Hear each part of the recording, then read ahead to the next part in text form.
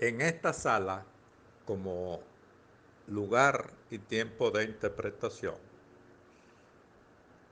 debe prevalecer una condición: permitir que el texto que estamos leyendo, mirando, tocando, recordemos que se establece tratos entre tratos múltiples, tratos silenciosos entre el lector y el texto. Debe prevalecer una condición que es la de permitir que el texto signifique todo lo que pueda significar. Y aquí me detengo un minuto para valorizar el texto como representación que de alguna u otra manera está allí como símbolo, como imaginario, para decirnos algo. Entonces, desde la sala, desde nuestra biografía hermenéutica, entendida como los instrumentos que tenemos al alcance para la interpretación y comprensión de los textos y la comprensión de nosotros mismos, también entonces esta condición de que el texto signifique todo lo que pueda significar implica una teleología del sentido, es decir, un acrecentimiento del sentido, no una reducción. Entonces el texto, el símbolo, el rasgo, la huella que está por allá del olvido, un olvido que pudiera ser interesado por parte de quienes se interesan en el olvido, en este tipo de olvido, nosotros echamos los hilos para traernos a nuestro lugar, a nuestro espacio, a nuestra posición, a nuestra identidad, a nuestro mundo, a nuestra refiguración, traernos esos textos, esas invenciones. Todo texto, toda lectura es a posteriores, es después de escribir, después de leer. Entonces, fíjate que pudiéramos estar hablando de varias cosas que implican lo que pudiéramos señalar como los 4 sentidos de la escritura que de manera equivalente se desarrollan en 4 niveles que indica la hermenéutica, cuatro niveles de la lectura que tienden a combinarse de distintas maneras. Entonces no hago jerarquía en estos niveles, sino sencillamente lo menciono. El nivel literal o histórico, lo que dice el texto, y su refiguración como mundo. El nivel tropológico, que se trata nada más y nada menos que el nivel moral. La lucha entre, la eterna lucha romántica entre el bien y el mal. El nivel alegórico o simbólico. Cassirer decía, el ser humano es un animal simbólico. No hay significación de segundo grado, es decir, en el arte, si no se constituye un símbolo. Pudiéramos también estudiar cómo esos textos, al entrar en nuestra semiosfera, pudiera requerirse estamos obligados a traducir esos textos a la actualización de sus símbolos. Adquieren nuevos sentidos porque se recontextualizan. Lo traemos al aquí y a la hora. Y aquí por supuesto, está planteado lo que hemos llamado el conflicto de la interpretación en este nivel alegórico o simbólico, y un otro nivel, un cuarto nivel, que es nivel místico o anagógico, que contiene, por supuesto, la memoria de un cuerpo que más o menos quiere representarse entre los niveles de la tierra y del cielo, es decir, lo telúrico y lo divino. Pero todas son representaciones, o como diría el hombre de la garrapata, todas son invenciones, y debemos evitar que esa garrapata nos vuelva esféricos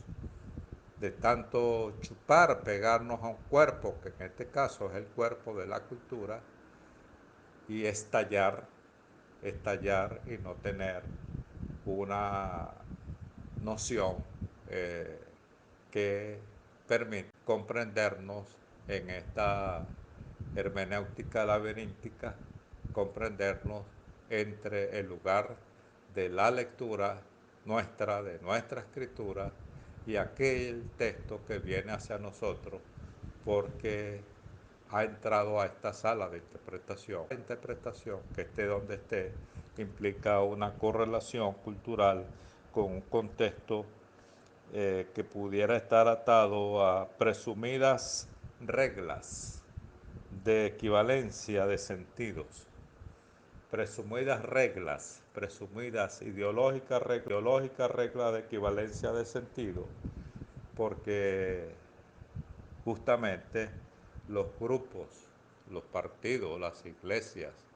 los tribunales quieren representarse a través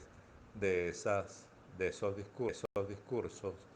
que han nacido a partir de la frase donde se desarrollan jurisprudencias, equivalencias, contradicciones, nuevas jurisprudencias, como es un poquito lo que quiere desarrollar nuestro amigo Carlos en su interesante texto, lo que quiere desarrollar Michel, trayendo un texto a lo semiótico que está allí en su semiosfera vital, pero sin embargo esos textos han perdido su significación inicial. En este caso voy a enviarles un texto que recordé hace días, anteayer, que escribí sobre el Pop Book, del Popol Vuh, un texto, como ustedes saben, que fue escrito por un descendiente Quibet en el año 1550, ya con la ley cristiana, entre comillas, como señala el texto. La recuperación del símbolo,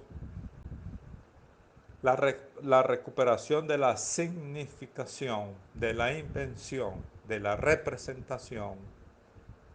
entonces es una recuperación conflictiva.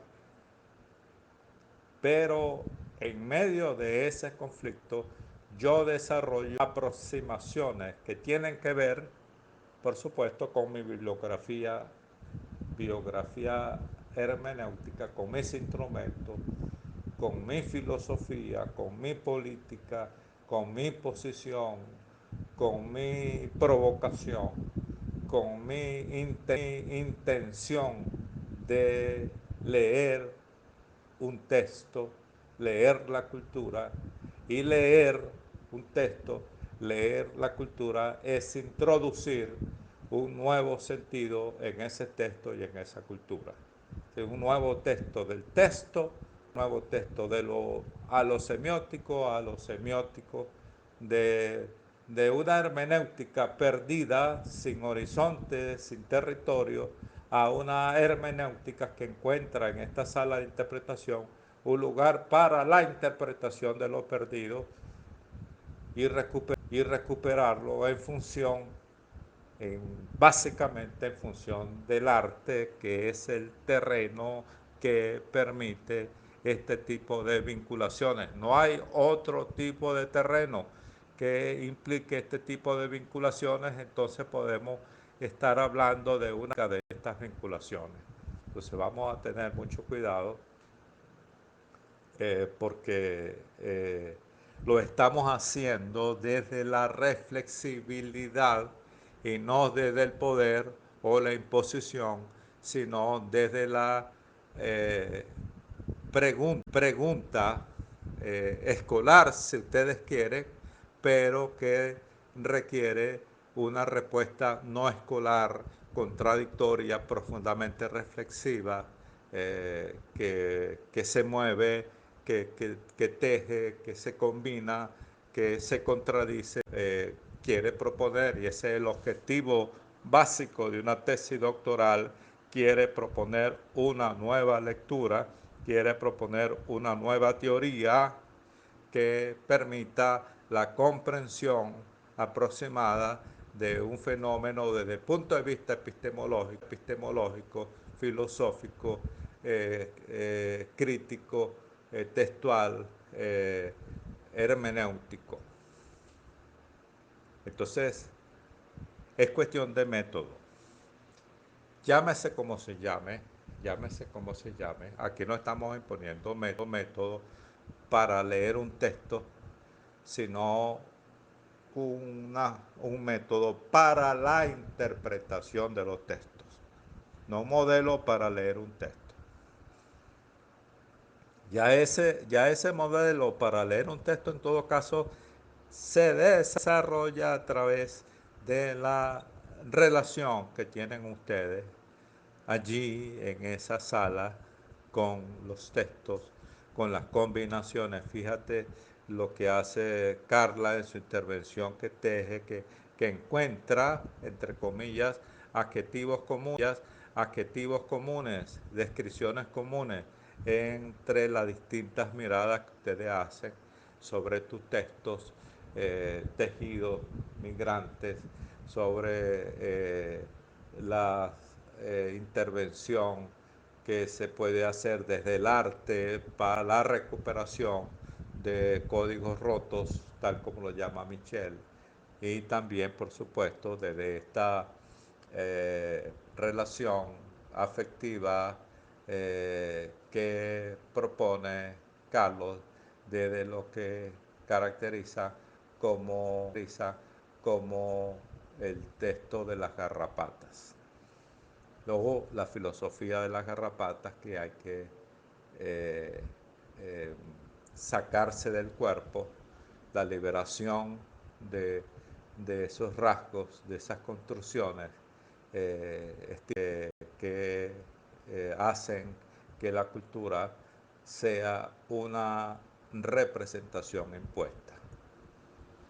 Por eso hablamos desde la libertad. Desarrollar una lectura, los intelectuales postcoloniales hindúes hablan de catacresis, es decir, de la combinatoria libre, desaforada de todas las tendencias posibles, teorías posibles, que impliquen teorías posibles, que impliquen nuevas combinaciones. En todo caso, las nuevas combinaciones introducen nuevas respuestas y es lo que están haciendo de manera magnífica. Yo estoy muy contento, ustedes cuatro, en cada uno con su estilo, con sus formas, con sus encuentros, con sus intimidades teóricas, hermenéuticas, para hacerse de una tesis doctoral que valga la pena dentro de la teorías de las estéticas. Es importante siempre tener en cuenta lo elocutivo, desde donde hablamos, la posición nuestra como pensantes, como pensadores del mundo, y no como difusores de una cultura que no se ha leído de manera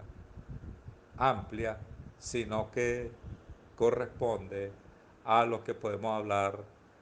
como podemos denominar como las ideologías de la dominación